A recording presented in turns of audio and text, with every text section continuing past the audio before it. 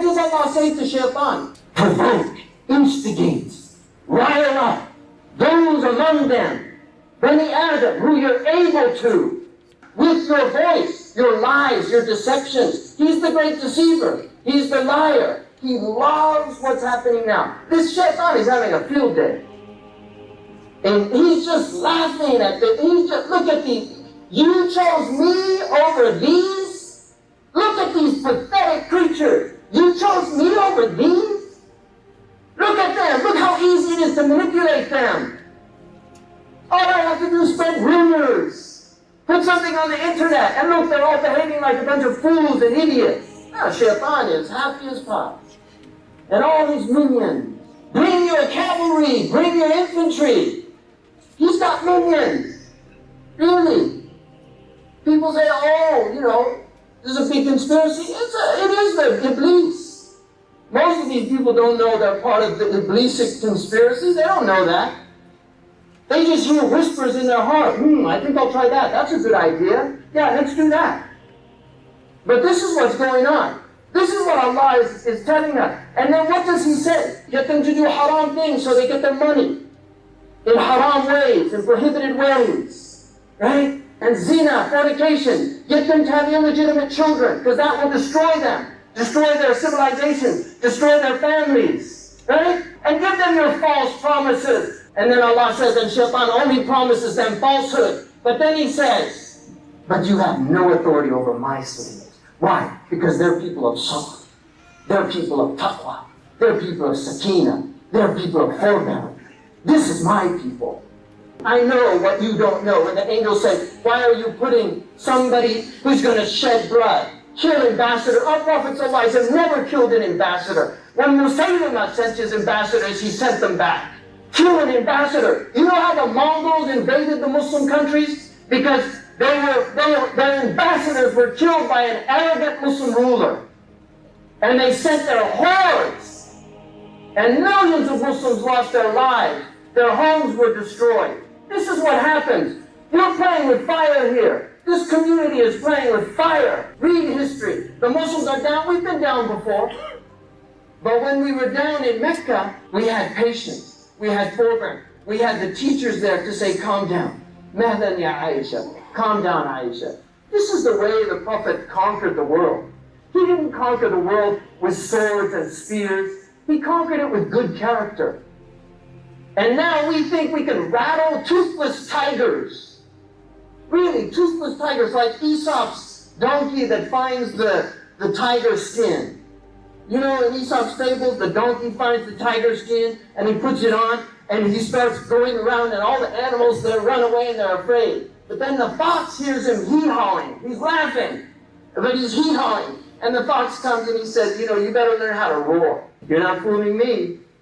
This is what we've become. Like the donkey putting on the cloak of a lion. Let's roar. We've been humiliated so long. We humiliated ourselves. Who has humiliated us? Nobody can humiliate you if you have dignity. They only humiliate themselves by denigrating you.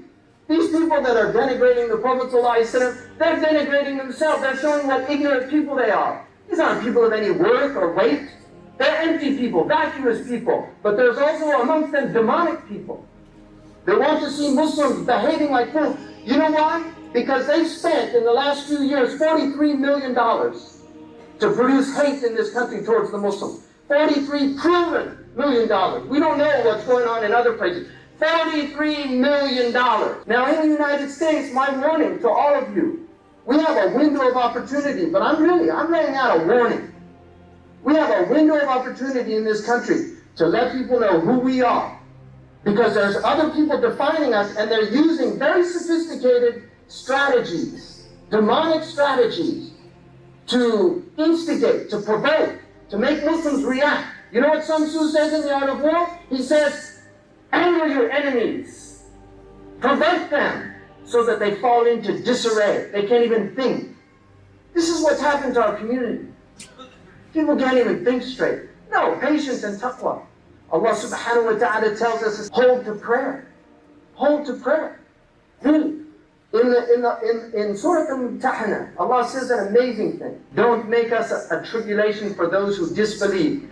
Fakhruddin al-Razi and others say it means we become such a negative example that people have no encouragement to even think about Islam. They're not interested in finding out. We become a barrier for any interest in Islam.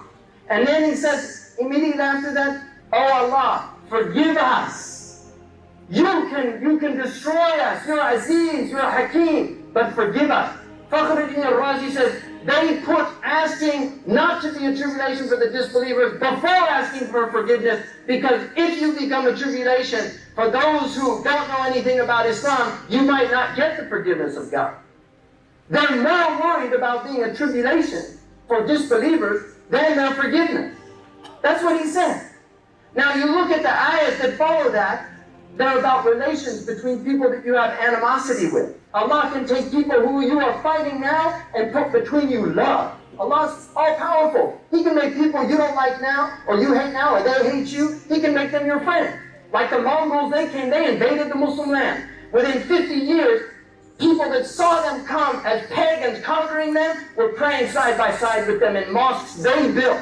In 50 years, the great English Christian writer Arnold says it's one of the unique cases in history where the conquered conquered their conquerors with ideas. They came with force, but the Muslims had ideas. We don't have ideas or force now. We're like a mosquito. It's just bothering the Western social body. But I'll tell you something. There are people in this country in very high positions of power in which nuclear options are not far-fetched for them. I'm telling you this, the absolute truth. There are people in this government, in the military, there are voices there saying we need to show real force here. This has gotten out of hand. They don't need to send in soldiers. And this country has used nuclear weapons twice, and they've used radiation many times. Hiroshima and Nagasaki. Sam Harris, in a best-selling book, argues for a preemptive nuclear strike on the Muslims because they're threatening our existence. And this is crazy stuff, but this is somebody who lectures all over and is held up as an intellectual. So, I think Muslims really need to think very deeply about what you're doing here in the United States. You know, if you came here to make some money, it's not going to be that easy to make money for Muslims pretty soon. You know, I'm just telling you. You know, my problem is I read too much. You know, people, blissful ignorant, that's what they call it. But when you see what's happening, when you see what's going on, so, you know, Muslims better really think about this. Either we practice our religion or we stop pretending that we're Muslims. As far as I'm concerned, I adopted this faith and I'm sick of defending ignorant, backward, reactionary fools. Really. I'm tired of it. أقول قولي هذا واستغفر الله لي ولكم ولسائر المسلمين.